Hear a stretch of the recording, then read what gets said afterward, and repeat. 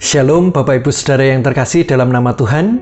Kembali lagi berjumpa dengan saya di dalam sapaan kasih dan perenungan sabda secara online setiap hari Jumat.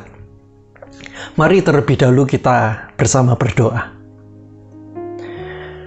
Ya Bapa, kami sungguh bersyukur bila mana kami tiba di hari yang baru ini. Kami meyakini bahwa Engkau adalah nafas bagi kami semua, bagi setiap makhluk yang merasakan kehidupan. Kami bersyukur bila mana Engkau selalu menerangi pikiran kami dari kebutaan dan kegelapan. Dan pagi ini ya Tuhan, kami kembali merindukan sapaan kasih-Mu. Biarlah melalui firman yang kami renungkan, kami semakin dikuatkan juga diperbarui. Amin. Saudara-saudara, pembacaan Alkitab hari ini kita ambil dari Yesaya pasalnya yang ke-30 ayatnya yang ke-15a. Yesaya pasalnya yang ke-30 ayatnya yang ke-15a. Mari kita baca bersama-sama. Sebab beginilah firman Tuhan Allah yang Maha Kudus, Allah Israel. Dengan bertobat dan tinggal diam kamu akan diselamatkan. Dalam tinggal tenang dan percaya terletak kekuatanmu. Demikianlah firman Tuhan. Bapak Ibu Saudara yang terkasih dan mengasihi Tuhan, sejujurnya saya tidak pernah membayangkan, belum genap setengah bulan di awal tahun 2021 ini, tercatat sudah ada 5-6 kabar duka yang saya dengar. Baik itu di kalangan pendeta maupun di dalam lingkungan pertemanan. Jika Bapak Ibu Saudara mengingat di hari Minggu yang lalu, saya menyebutkan 2 pendeta dari kalangan GKI, Pendeta Theophani dan juga Pendeta Hosea Abdi yang berpulang.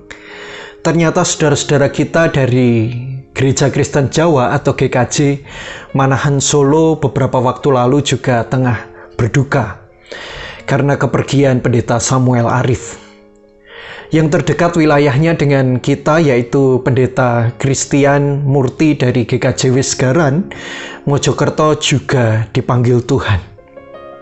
Dan terakhir beberapa waktu yang lalu, saudara-saudara, salah seorang kakak tingkat saya yang pernah satu asrama, Saudari Nopri, ini juga dipanggil Tuhan. 4 dari 5 orang yang saya sebutkan ini masih berusia sangat muda, saudara-saudara.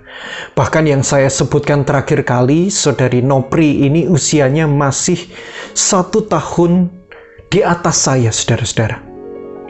Jika kita mau memperlebar kabar duka ini dalam skala yang lebih besar, negara kita saat ini juga tengah berduka karena musibah jatuhnya Sriwijaya Air beberapa waktu yang lalu.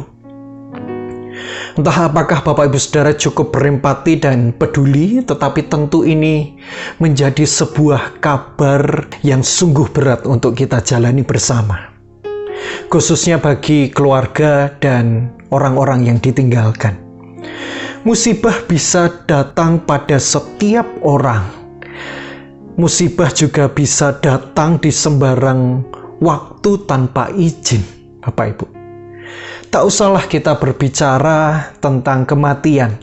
Ketika anak kita menjalani serangkaian proses operasi, katakanlah pembekakan pembuluh darah otak, atau misalnya suami kita terkena PHK, atau adik kita mengidap kanker, atau ketika rumah kita terbakar habis oleh api misalnya, ini sudah menjadi seperti bencana bagi kita sekalian. Apa yang terjadi selanjutnya juga membuat hidup kita semakin berat, Bapak Ibu Saudara. Berbagai perasaan kita seperti diaduk-aduk, campur aduk. Kita yang mengalami musibah biasanya akan menjadi bingung, merasa tidak siap. Kita merasa sedih, takut, marah gitu ya. Dan bahkan dikejar oleh rasa bersalah.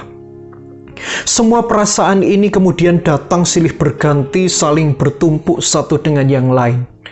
Dan dalam keadaan yang seperti ini, saudara-saudara, pikiran kita akan menjadi kacau. Akibatnya kita menjadi mudah marah dan saling mempersalahkan satu dengan yang lain. Keadaan yang sudah runyam justru menjadi semakin runyam, saudara-saudara. Ambillah contoh ketika seorang anak harus menjalani operasi karena kecelakaan sepeda motor misalnya. Perasaan seisi keluarga pastinya akan semakin kacau dan semakin bertumpuk. Yang dominan biasanya adalah rasa bersalah, saudara. Ayahnya merasa bersalah, demikian juga dengan ibunya. Padahal mereka sebenarnya tidak bersalah. Orang yang dihantui rasa bersalah ini, saudara-saudara, biasanya cenderung akan mempersalahkan sesuatu atau mencari kambing hitam. Sang ayah biasanya berkata kepada ibu, bisa saja berkata demikian, gara-gara kamu loh. Coba kamu tidak mengizinkan dia naik motor sendirian. Sang ibu juga dalam perasaan yang kacau, tidak terima, akhirnya membalas, loh, tetapi kamu kan yang membelikan dia sepeda motor. Coba kamu tidak membelikan motor itu kepadanya. Sikap saling menyalahkan ini, saudara-saudara, adalah bukti bahwa ada perasaan yang belum terolah dengan baik. Ketidakmampuan kita untuk mengolah perasaan itu juga akan menyengsarakan diri kita, sebab damai sejahtera kita itu akan hilang, saudara. Apalagi sukacita tidak akan kita rasakan sepanjang waktu. Karena itu ketika musibah itu datang, saudara-saudara, ujian kehidupan itu datang menghampiri kita, penting bagi kita sekalian, kita perlu belajar untuk mengolah bagaimana perasaan kita supaya kita tidak tenggelam di dalam kekalutan batin yang lebih dalam, saudara.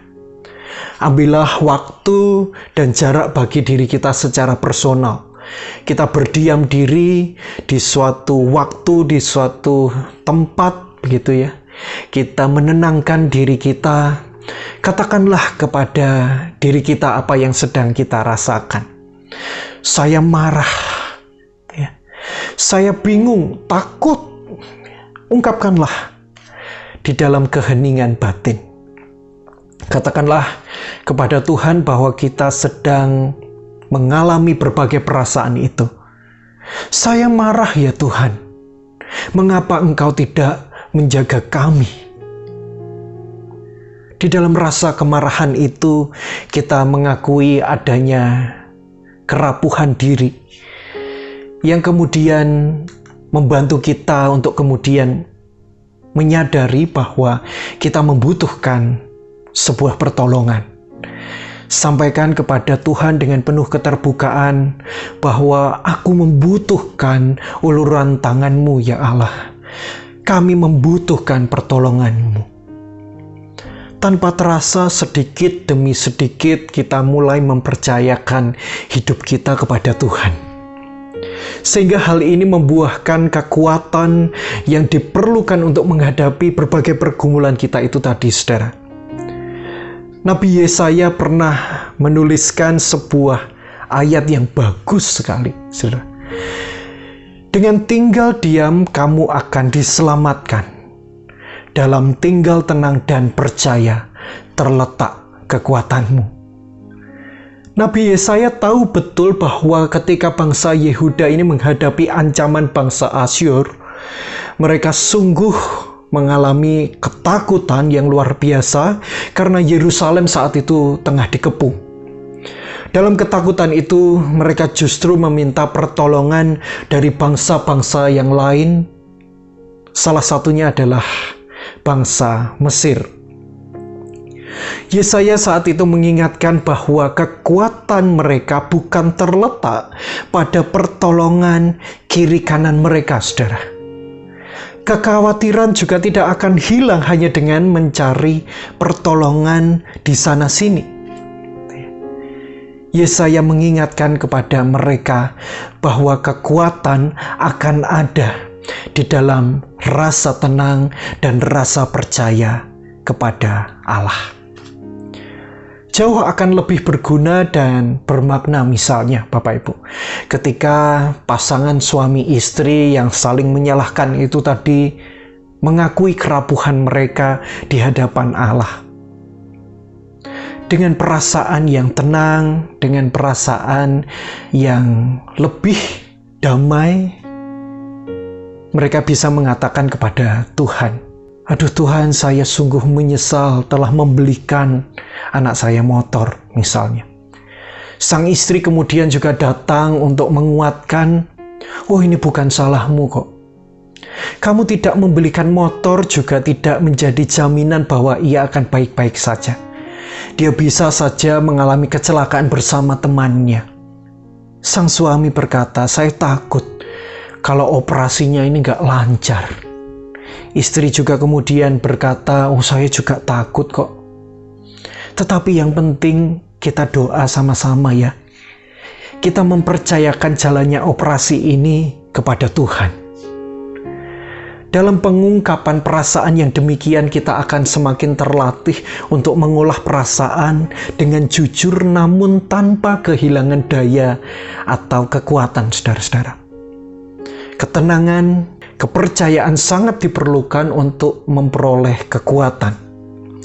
Kekuatan yang kita butuhkan untuk menjalani proses dan juga untuk mengambil setiap keputusan serta tindakan di dalam musibah yang sedang kita hadapi.